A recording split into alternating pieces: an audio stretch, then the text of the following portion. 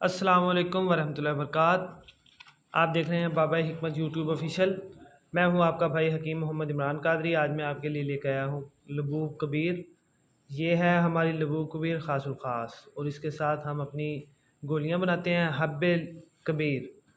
तो ये जो चीज़ है ये स्पेशली अपना है अपना मुकव्वी बा के लिए, बा की कमज़ोरी के लिए, उन अफराद के लिए जो जिनकी टाइमिंग कम होती है, टाइमिंग शामिंग को कंट्रोल बेहतरीन करने के लिए, जरियान के लिए पेशाब के साथ जो लेसदार कतरा आता है उसके लिए, पेशाब के साथ जलन साड़ के लिए, यानी कि निज़ाम बोल की जुमला अमराज के लिए ये लबूब हमारी बनी बेहतरीन है। तो इसके अलावा हमारा सफ़ूफ़, हमारी गोलियाँ वो भी हम तैयार करते हैं।